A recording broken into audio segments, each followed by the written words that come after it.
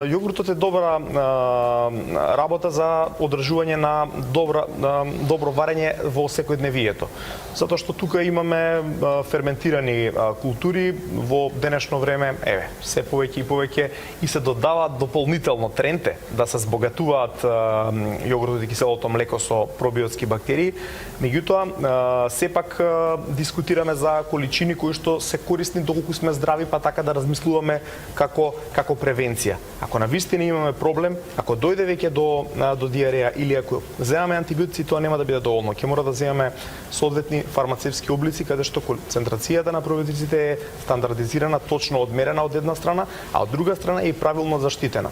Вие јогуртот кога ќе го отворите, веќе не може да гарантирате колку останале од пробиотици живи. Никој тоа не може да го тврди.